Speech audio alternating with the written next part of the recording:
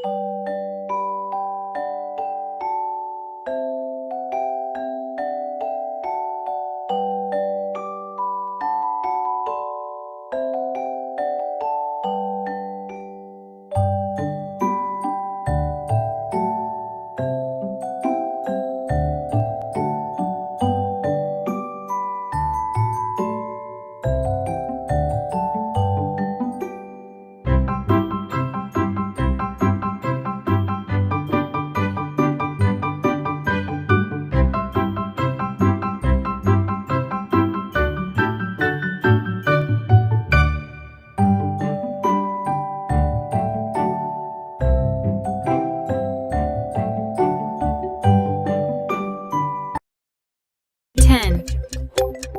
9, 8, 7, 6, 5, 4, 3, 2, 1.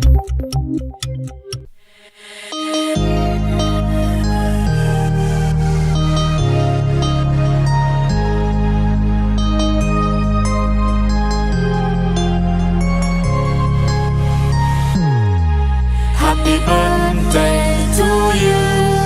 Happy birthday to you.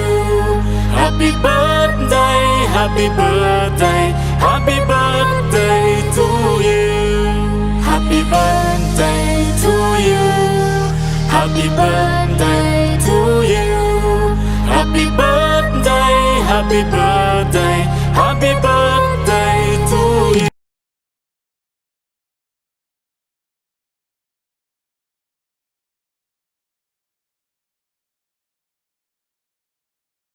Wish ko sa iyo, kung ano yung desire ng puso mo ibibigay ng Panginoon. Na ayon sa Bible na that He give you the desire of your hearts and make all plans succeed. So kung ano mang desire ng puso mo ibibigay ng ating Panginoon.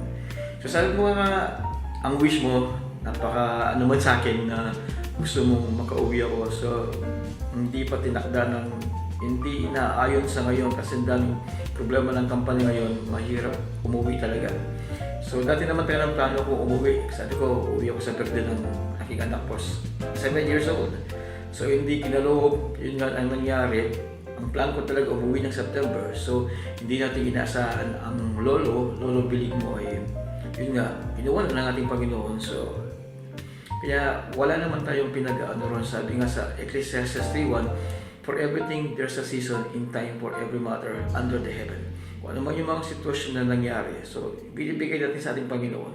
Siya kasing may alam at siya yung may plano sa lahat ng bagay. So sa ngayon po, hindi man ako nakauwi, may plano ng ating Panginoon. Yun nga, mahirap talaga pag nasa abroad ka, gusto mong umuwi, hindi ka makakauwi kasi ang daming process. Hindi gaya sa Pilipinas, at anytime kung gusto mo talaga umuwi, may paraan. So dito may mga process, may mga proseso. Kung ang company ay hindi sumasang-ayon sa government, hindi ka talaga makakauwi ng ganyan kadali. So gusto ko man, so dito na lang sa video, talagang gusto ko na ma-witness ko yung ano mo, yung 7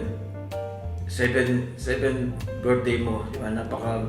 Napakahalaga kasi sa isang magulang yung mga ganyang event na lumalaki ka, na napakalayo, na parang napakalayo ng ano natin sa mga ganyang okasyon. Pero sabi nga, salamat sa mga ganitong social media, kahit paano nakakatulong sa kalungkutan namin mga OFW, may na nasa ibang bansa. Talagang napakahirap ng sitwasyon.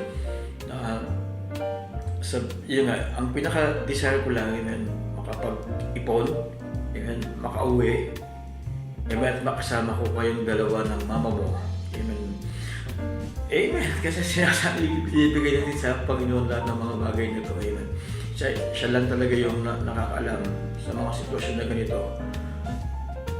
Kaya ngayon sa araw ng kaaraw mo, enjoy mo lang yung mga nasa paligid mo, yung mga mic mo to, ibigay mo. Gusto na lang ibigay mo. Amen. Kasi ito yung araw mo.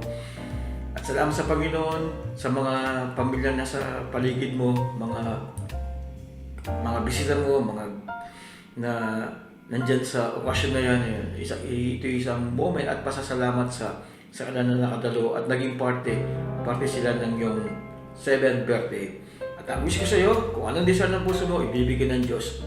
At lagi kang sumunod sa nanay mo. Kung nasisigawan ka man, hindi para magalit ang nanay mo, kundi para matuto ka sa mga bagay na kailangan mo matutunan.